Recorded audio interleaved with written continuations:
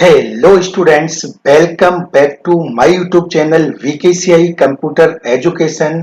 Students, आज मैं आपको इस वीडियो में समझाने वाले हैं कि एसबीआई स्कॉलरशिप 2024 जो क्लास 6 से लेकर के क्लास 12 तक के स्टूडेंट्स इस फॉर्म को फिल कर सकते हैं। अगर जो स्टूडेंट्स यूजी, पीजी, आईआईटी और आईआईएम वाले भी स्टूडेंट्स इस फॉर्म को स्कॉलरशिप के लिए अप्लाई कर सकते हैं। एसबीआई स्कॉलरशिप 2024 जिसे आशा स्कॉलरशिप भी कहते हैं, ठीक है, 2024-25। और सबसे इम्पोर्टेंट बात यह है कि अभी इसकी जो लास्ट डेट थी वो आपकी 1 अक्टूबर 2024 थी, लेकिन जैसे कि आप यहाँ पर देख रहे हैं लास्ट डेट बढ़ा करके 20 अक्टूबर 2024 हो गई है। अगर आपने जो भी स्टूडेंट इस वीडियो को देख रहे हैं, फटाफट जल्दी जाइए और 20 तारीख से पहले आप एसबीआई स्कॉलरशिप 2024 जो आशा स्कॉलरशिप 2024-25 के नाम से भी जाने जाते हैं, तो वहां पर आप इस फॉर्म को 20 अक्टूबर 2024 से पहले अवश्य इसे आपको मतलब वो स्कॉलरशिप को फॉर्म को अप्लाई कर दीजिएगा। अब फॉर्म कैसे फिल करना है हम आपको इस वीडियो में स्टेप बाय स्टेप को कि हम ऑनलाइन फॉर्म किस तरीके से भरेंगे, किस तरीके से, तो इस वीडियो में आपको समझाएंगे। स्टेप बाय स्टेप वीडियो को पूरा देखिएगा। और स्टूडेंट्स, यहाँ पर मैं आपको एक बात बता दूं, बिल्कुल स्टार्ट से लेकर के और एंड तक अगर आप पूरा वीडियो देखते हैं, आप आराम से अपना फॉर्म या अपने फ्रेंड्स का स्कॉलरशिप का फॉर्म जो भरना चाहते हैं वो आराम से भर सकते हैं। एक बार फिर मैं आपको बता दूं, जो क्लास 6 से लेकर के 12 क्लास के स्टूडेंट, यूजी, पीजी, आईआईटी और आईआईएम वाले स्टूडेंट्स इस फॉर्म को अप्लाई कर सकते हैं, ठीक है ना। और डिटेल्स में अगर आपको जानकारी चाहिए तो मैं एक वीडियो ऑलरेडी बना चुके हैं, वो ये वाला वीडियो है। तो पहले सबसे पहले ये वाला वीडियो देखिए, फिर मैं आपको जो इस वीडियो में समझा रहा हूं कि किस तरीके से ऑनलाइन फॉर्म फिल करते हैं, स्टेप बाय स्टेप, वहां से समझ करके फिर आप ऑनलाइन इस वीडियो को देख करके ऑनलाइन फॉर्म फिल कर सकते हैं। तो इम्पोर्टेंट वीडियो है, ठीक है ना। वीडियो पूरा देखिएगा। तो चलिए वीडियो को स्टार्ट करते हैं और समझते हैं कि आशा स्कॉलरशिप 2024-25 क्लास 6 से 12 यूजी, पीजी, आईआईटी और आईआईएम वाले स्टूडेंट्स इस फॉर्म को कैसे फिल करेंगे। ध्यान रखिएगा, लास्ट डेट 20 अक्टूबर 2024 है। तो चलिए अब वीडियो को स्टार्ट करते हैं और स्टेप बाय स्टेप समझते हैं। सबसे पहले अपने लैपटॉप, कंप्यूटर या मोबाइल पर जिस पर भी इंटरनेट चलाते हैं, गूगल क्रोम ब्राउजर को ओपन करेंगे और यहाँ पर आप सर्च में डालेंगे एसबीआई स्कॉलरशिप। जैसी डालेंगे ऑटोमेटिक आ जाएगी, आप इंटर प्रेस करेंगे तो देखिए कि यहाँ पर जो फर्स्ट ये लिंक है एसबीआईएफ आशा स्कॉलरशिप प्रोग्राम 2024, यहाँ पर क्लिक करेंगे। अब जैसे ही क्लिक करेंगे तो आपकी वेबसाइट देखिए यहाँ पर ये ओपन हो जाएगी। और इस ये जो मतलब ऑफिशियल वेबसाइट है, ठीक है ना, इसके डिस्क्रिप्शन में आपको लिंक मिल जाएगा, तो वहां से भी डायरेक्ट ओपन करके अपने फॉर्म को फिल कर सकते हैं।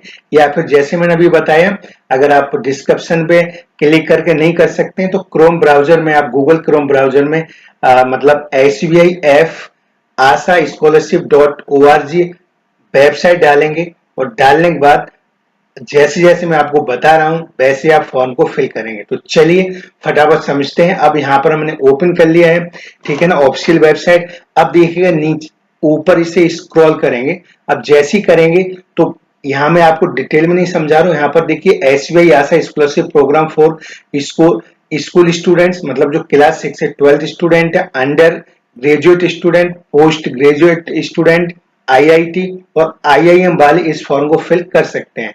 तो देखिएगा यहाँ पर अगर हम किसी एक पर क्लिक करते हैं तो यहाँ पर ये सब डिटेल में आप पढ़ सकते हैं, ऑलरेडी वीडियो बना चुके हैं, तो आप वीडियो जाकर के अवश्य देखिएगा। ये देखिए डेडलाइन यहाँ पर 20 अक्टूबर 2024 है, पहले 1 अक्टूबर 2024 थी, अब यहाँ पर डेट बढ़ा दी है तो 20 अक्टूबर 2024 है। यहाँ से अप्लाई करेंगे। तो चलिए यहाँ पर हम अप्लाई पे क्लिक करते हैं। तो जैसे ही अप्लाई पे क्लिक करेंगे, यहाँ पर दो ऑप्शन आ रहे हैं, अप्लाई नाउ और यहाँ पर रजिस्टर। तो चलिए यहाँ पर रजिस्टर करने के लिए यहाँ पर हम क्लिक करते हैं। जैसे यहाँ पर क्लिक करेंगे तो देखिएगा इस तरीके से यहाँ पर सबसे पहले यहाँ आपको अकाउंट क्रिएट करना पड़ेगा। तो यहाँ पर अकाउंट क्रिएट करना पड़ेगा। अकाउंट कैसे क्रिएट करेंगे, देखिए सबसे पहले यहाँ पर आप अपना नाम डालेंगे, यहाँ पर लास्ट नाम डालेंगे। मान लीजिए आपका नाम as a example Ashok Kumar है, तो पहले यहाँ पर अशोक डालेंगे, लास्ट नेम में कुमार डालेंगे, यहाँ अपनी मेल आईडी डालेंगे या मोबाइल नंबर डालेंगे, यहाँ पर पासवर्ड बना लेंगे। पासवर्ड कैसा, जैसे अशोक कुमार ए कैपिटल, बाकी SHOK ये स्मॉल डालेंगे, @123 या जो भी डालना चाहें इस तरीके के पासवर्ड बना लेंगे। फिर यही पासवर्ड यहाँ पर दोबारा डालेंगे और आई एग्री पे क्लिक करेंगे, और जैसे ही आई एग्री पे क्लिक करके साइन अप करेंगे, आपका अकाउंट यहाँ पर क्या हो जाएगा, आपका अकाउंट क्रिएट हो जाएगा। तो इस तरीके से सबसे पहले अकाउंट को क्रिएट करेंगे।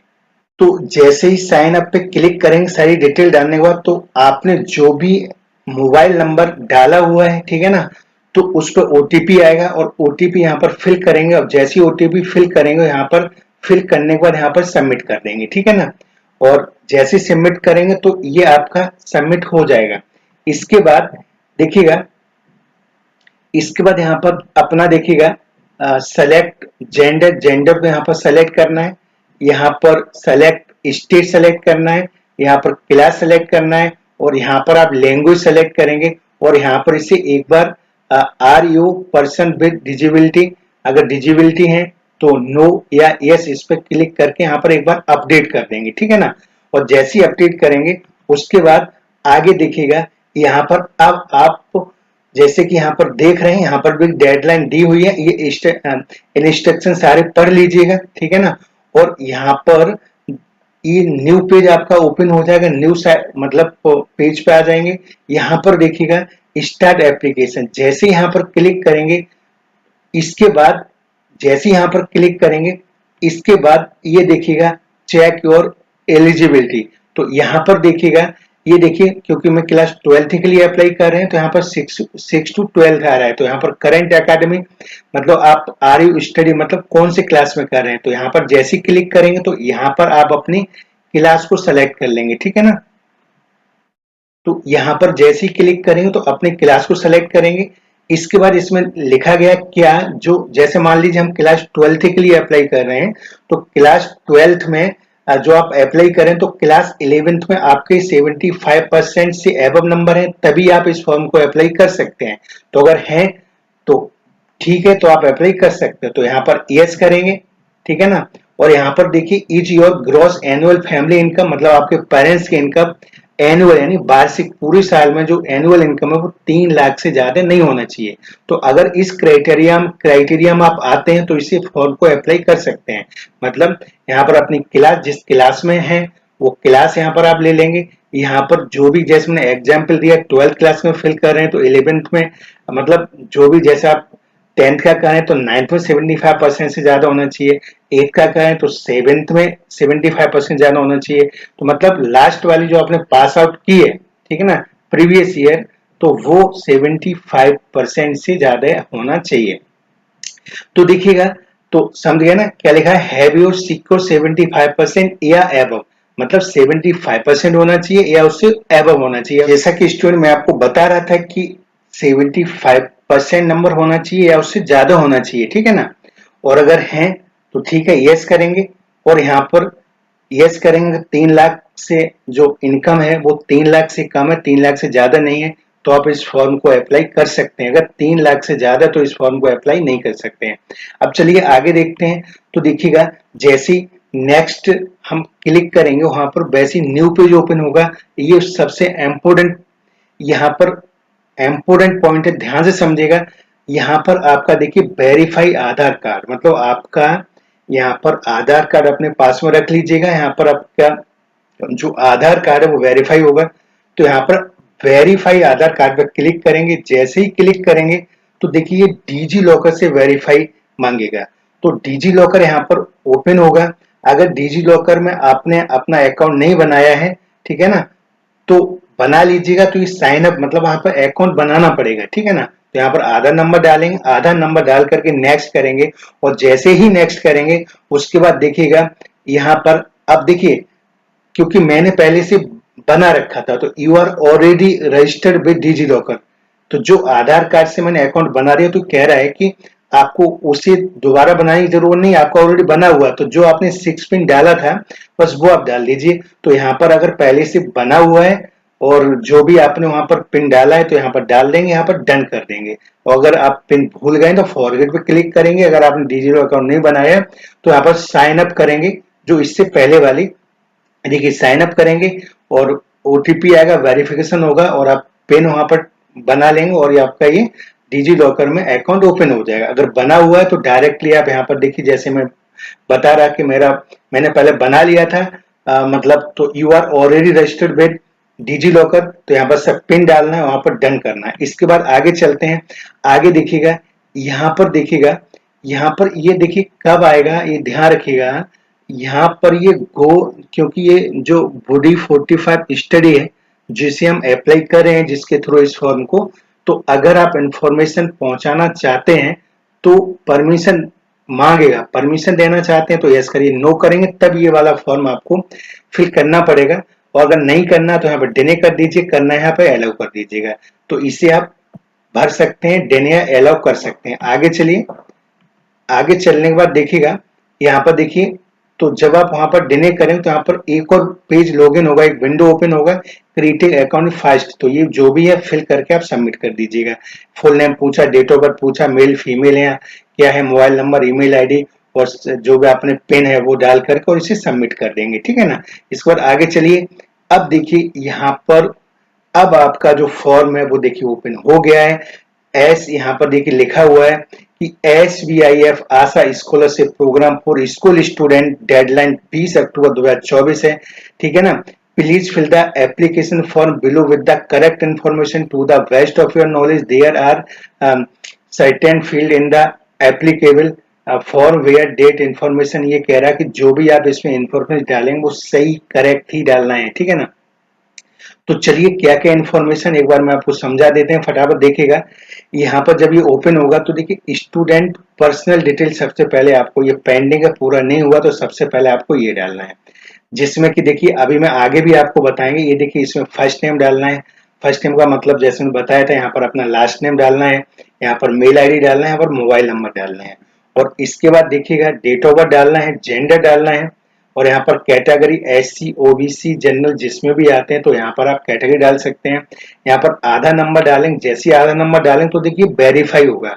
तो जैसे ही वेरीफाई पे क्लिक करें तो जो भी डिटेल आधार कार्ड में होगी वहां से ये फैच कर लेगा और आपकी डिटेल, एड्रेस हो गया, ठीक है ना, डेट ऑफ बर्थ हो गया, नाम हो गया, फादर्स नेम हो गया, ये सारी चीजें फैचअप करके ऑटोमेटिक यहाँ पर आ जाएंगी, ठीक है ना।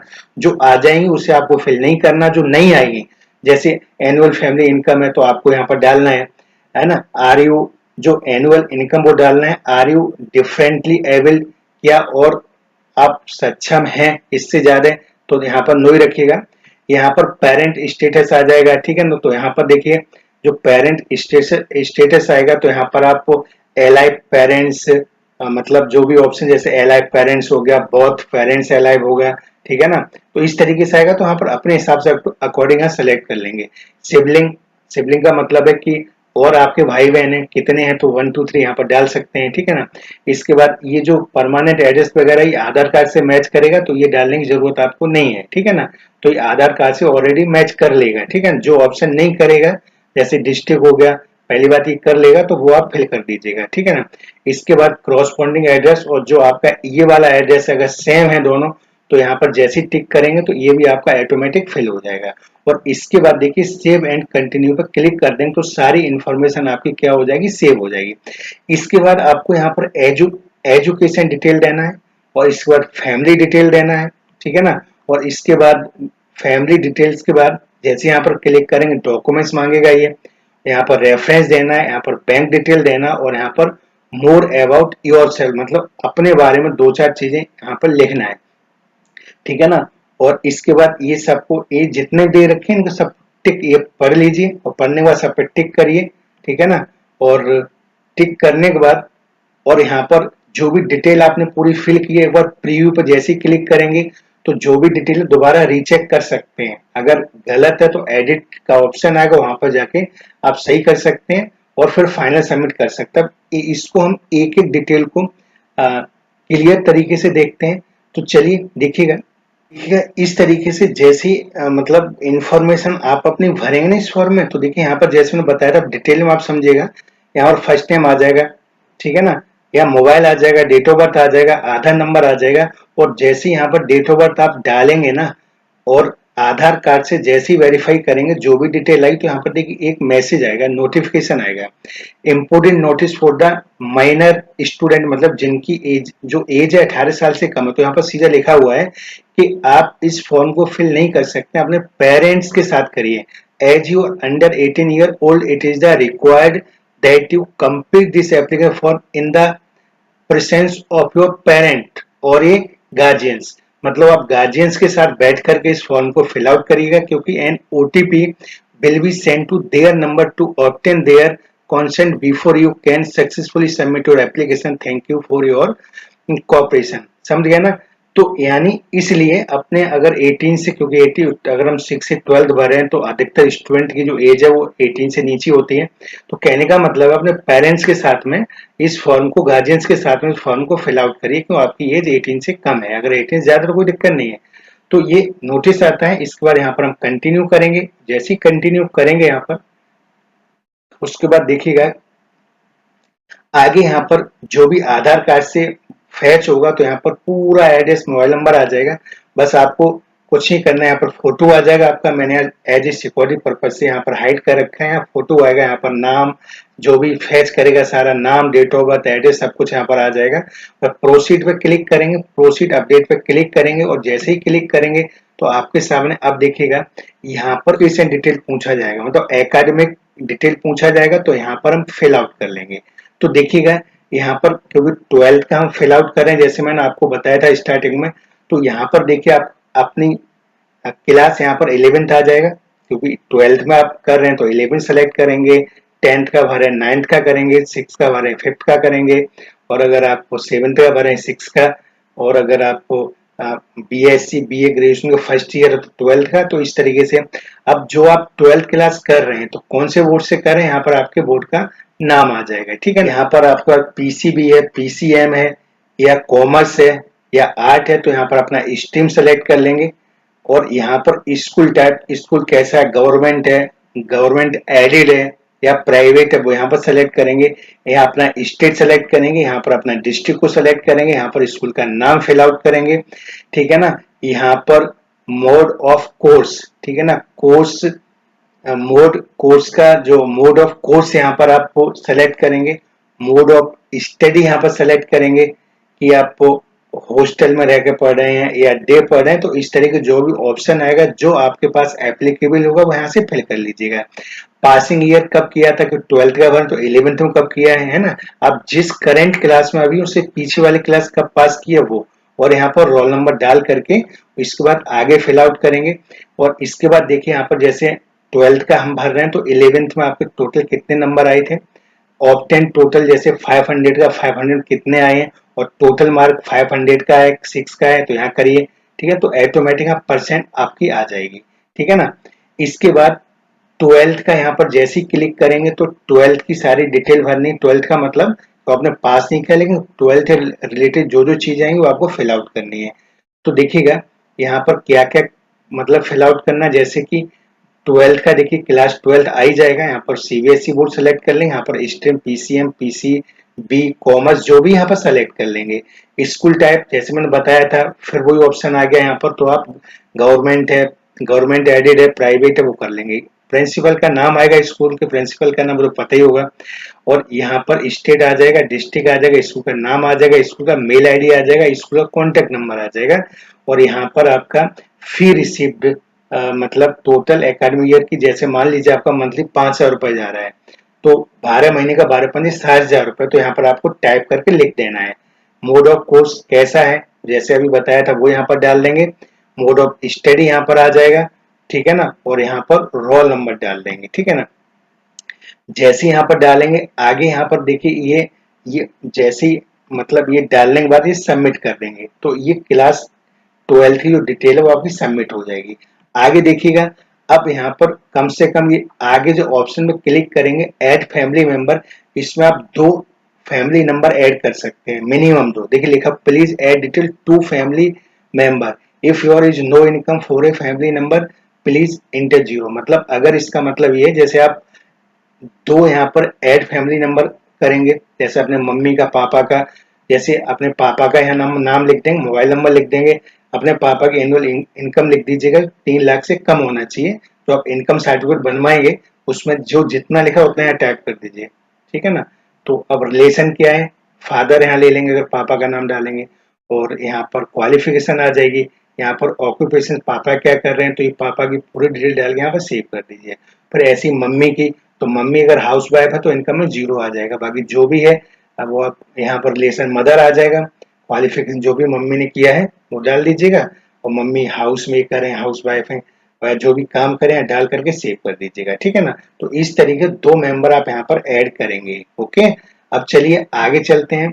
आगे देखिएगा, अब ये बहुत इम्पोर्टेंट है, यहाँ पर देखिएगा आपको ये सारे डॉक्यूमेंट्स तैयार कर लेने, ये सभी आपको एक एक करके अपलोड करना है। देखिए यहाँ पर अपलोड करने से पहले फोटो या जो भी डॉक्यूमेंट्स अपलोड आप करेंगे वो देखिए जेपीजी या पीडीएफ फाइल में होना चाहिए, और जो साइज है वो 20 KB से लेकर 2 MB तक होना चाहिए, ठीक है ना।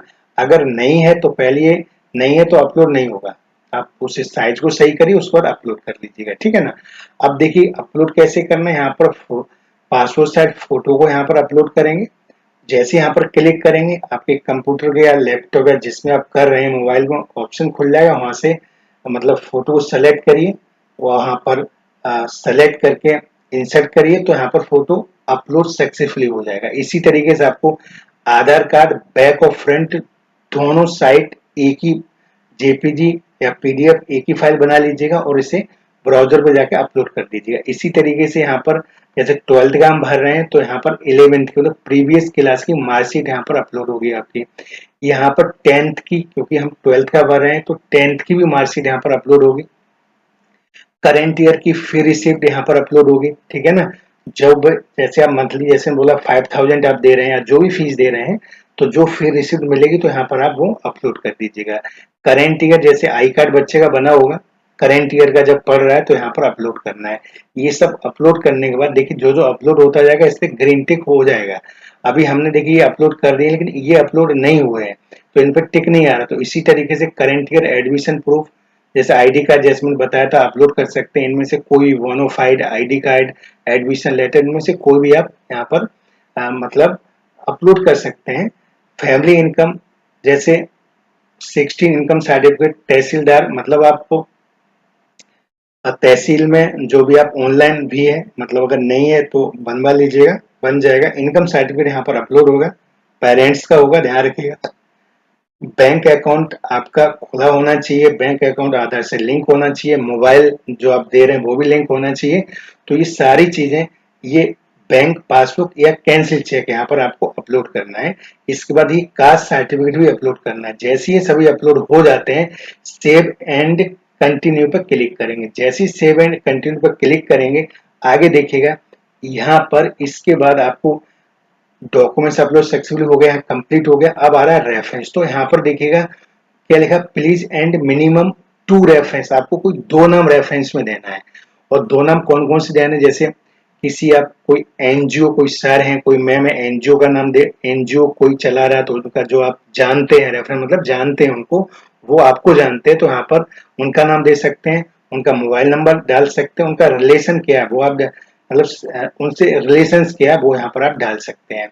दूसरा, आप प्रिंसिपल का किसी का जानते हैं रेफरेंस वो दे सकते हैं, मतलब जिनको आप जान पहचान है वो 2 यहाँ पर दे सकते हैं, और सेव कर दीजिएगा। जैसे ही सेव करेंगे आगे चलिएगा, आगे यहाँ पर देखिए बैंक डिटेल आपको देनी है, और जैसे ही यहाँ पर बैंक डिटेल देंगे तो देखिए अकाउंट होल्डर का नाम मतलब स्टूडेंट का पूरा नाम, जो स्कूल में लिखा है या जो पासबुक में लिखा है वो आपको यहाँ पर टाइप करना है, अकाउंट नंबर टाइप करना, IFSC कोड जैसे ही टाइप करेंगे तो बैंक का नाम, ब्रांच नाम ऑटोमेटिक आ जाएगा, और यहाँ से सेव कर देंगे। और जैसे ही सेव करेंगे तो आगे देखिए न्यू पेज ओपन होगा आपका।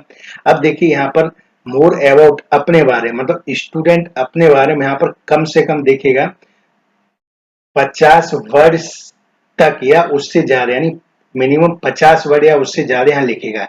टेल यू अबाउट योरसेल्फ, ठीक है ना। जैसे माय नेम इज, ये जो भी नाम है, ठीक है ना। हु आर, फैमिली बैकग्राउंड यहाँ लिख सकते हैं एक दो सेंटेंस बना के, स्ट्रेंथ क्या है, क्वालिटीज क्या है, अचीवमेंट क्या है। तो स्टूडेंट अपने बारे में इन पॉइंट से रिलेटेड 4-5 सेंटेंस लिख सकते हैं, तो 50 यहाँ पर वर्ड हो जाएंगे।